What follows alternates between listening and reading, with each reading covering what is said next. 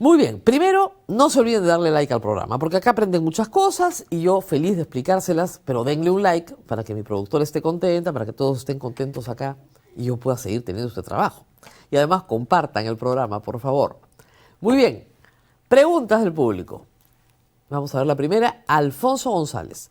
Doctora, buenos días. Tengo una pregunta para usted. ¿Cómo califica el papel de las Fuerzas Armadas y la PNP en todo lo que está sucediendo?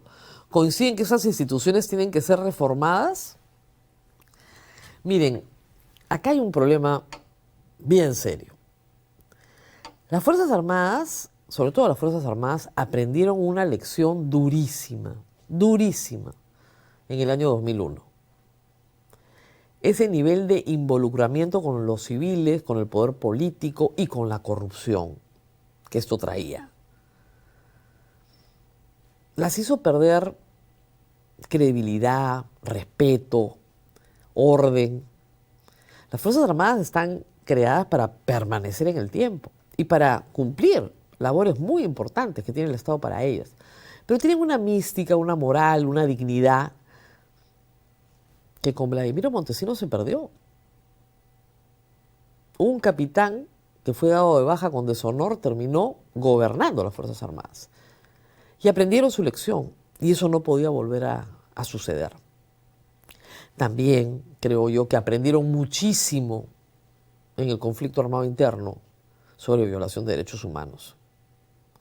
Y aprendieron porque han tenido que enfrentar procesos, han tenido que aceptar que hay conductas que no son honorables para un miembro de las Fuerzas Armadas, que se supone tienen el honor, como dice la Policía Nacional, como su divisa. ¿Ok? Entonces yo creo que aprendieron mucho. La caída de Merino muestra unas Fuerzas Armadas muy sólidas diciendo no vamos a disparar contra población civil. Eso no lo vamos a hacer. Pero presumo que Castillo los asustó. Lo vieron como una amenaza. Y eso justificó lo que hicieron contra población civil en diciembre del 2022 y el verano del 2023. Y de ahí no te regresas, pues. No es tan fácil regresarte con 50 muertos encima. A los que disparaste por órdenes superiores. Ese es el problema que tienen las Fuerzas Armadas hoy. Todas las lecciones aprendidas y puestas en práctica durante 20 años, en apenas 3 meses se fueron por el desagüe. Ese es el problema.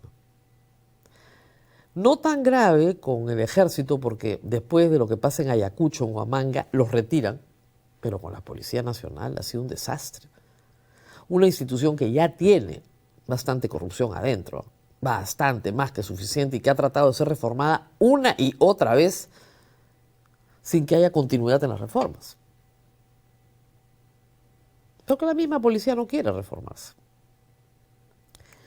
Y ahora enfrentan un problema grave, que es que han sostenido a Dina Boluarte en el poder, pese a las atrocidades que ha hecho.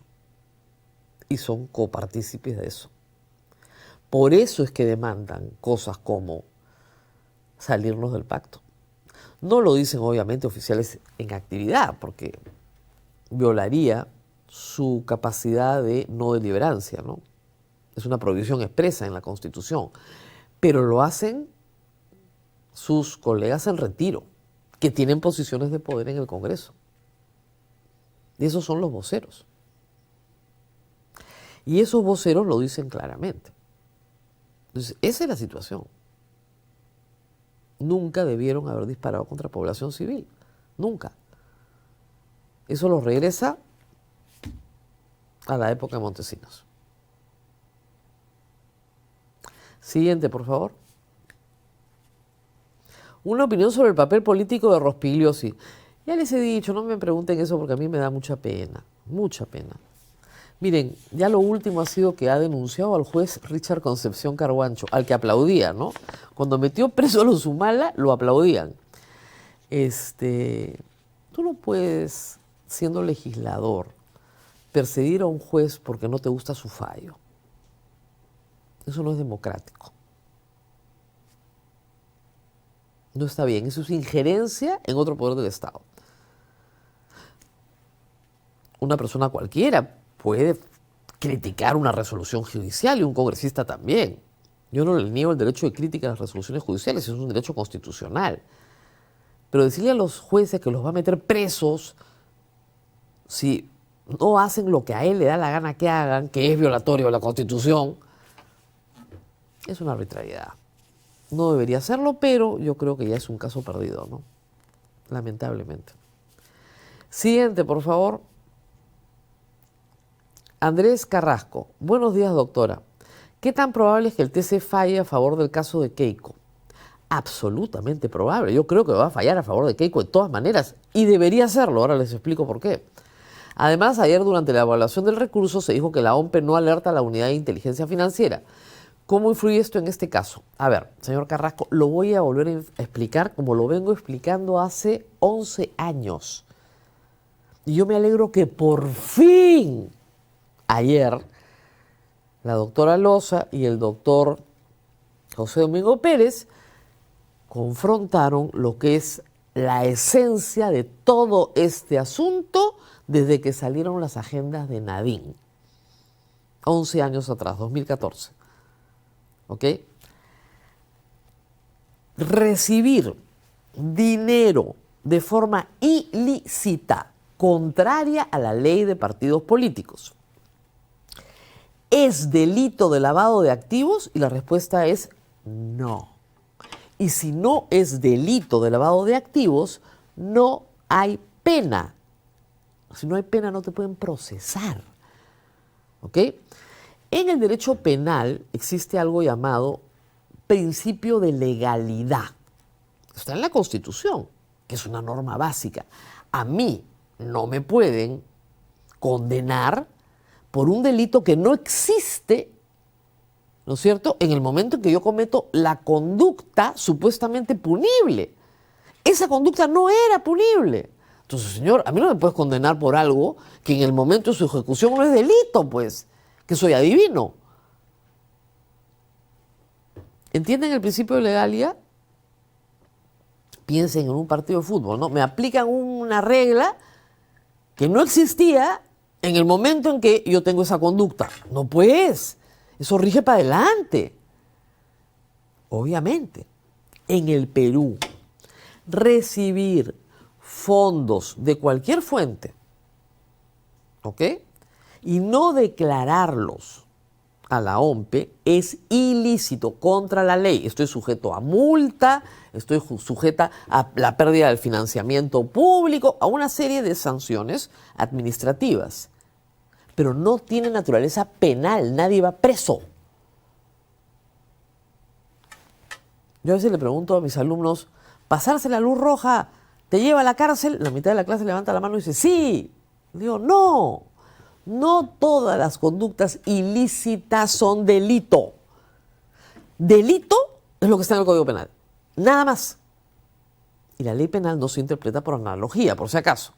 ¿Ok? Tiene que estar escrito ahí. ¿Qué cosa es el delito de lavado? Yo recibo un dinero que proviene de una actividad delictiva. ¿Ok? Me tienen que probar que yo recibo el dinero de la actividad delictiva. Primera cosa. Supongamos Odebrecht cometía unos delitos, tienen que probarme que el dinero que yo recibo proviene de esos delitos. Primera dificultad. Segunda dificultad. La Fiscalía tiene que probar que yo sé que el dinero proviene de un delito o lo puedo presumir. Esa es la parte que no pueden probar. Ni con Humala, ni con Keiko, ni con nadie. En el año 2006-2011, Odebrecht era una empresa establecida en el Perú, un gran contratista del Estado peruano. ¿Cómo voy a saber yo, candidato, que comete delitos? No lo sé, ni lo puedo presumir. La plata de Odebrecht es igual que la plata del Banco de Crédito, me da lo mismo. El problema de José Domingo Pérez, yo siempre se lo he dicho de acá, es que él ha contado muy bien toda la historia. Ha hecho un estupendo relato Conocemos cómo se financian los partidos políticos gracias a él. Y si fuera periodista le darían el Pulitzer. Pero el asunto es que él es fiscal. Él tiene que probar la comisión del delito de lavado de activos. Y ese delito no existe. ¿Ok? Esta posición, en mi caso, la pueden ustedes rastrear 11 años seguidos. Porque yo lo comencé a explicar en el caso de los Humala. ¿Ok? ¿Cómo me insultaban? Dios mío. Varios periodistas, con responsabilidades hoy día periodísticas interesantes. Abogada de Keiko, abogada de Nadine, bloguera patética, ¿se acuerda? Por explicar esto, aquí no hay delito. Lo he discutido con los fiscales Vela y José Domingo Pérez. No, que sí que... Lean la sentencia de los Humala y que en esa sentencia los jueces expliquen cómo Humala podía saber o presumir que recibía un dinero procedente del delito. No hay una línea. ¿Dónde está la prueba? Ni una línea. Entonces tú no puedes condenar a alguien por mal que te caiga, por antipático que sea, por algo que no es delito. Y en esto, Keiko Fujimori tiene toda la razón. Yo se lo dije a su defensa acá, a la señora Yolanda La Rosa, hace años. Este es el camino. Ese es el camino. Lo demás, este es el camino. Y ese es el camino, pues. Entonces, finalmente han presentado un habeas corpus con ese tema, lo llevan al Tribunal Constitucional. El Tribunal Constitucional le va a dar la razón 7-0. Porque no hay forma de que no tengan la razón. Cualquier abogado bien formado lo sabe. 7-0 va a ganar Keiko. Inmediatamente, como lo dijo ayer José Domingo Pérez, con toda razón, esto va a afectar a los demás procesos, por supuesto, porque jamás debieron iniciarse. Porque no hay delito. Esto no debió haber pasado el control de acusación. Y no solamente es un problema de la Fiscalía, es un problema del Poder Judicial. Francamente, yo de verdad no entiendo cómo el Poder Judicial no tiene un criterio ajustado a derecho. Ahora, sí es verdad que los jueces han sido amedrentados.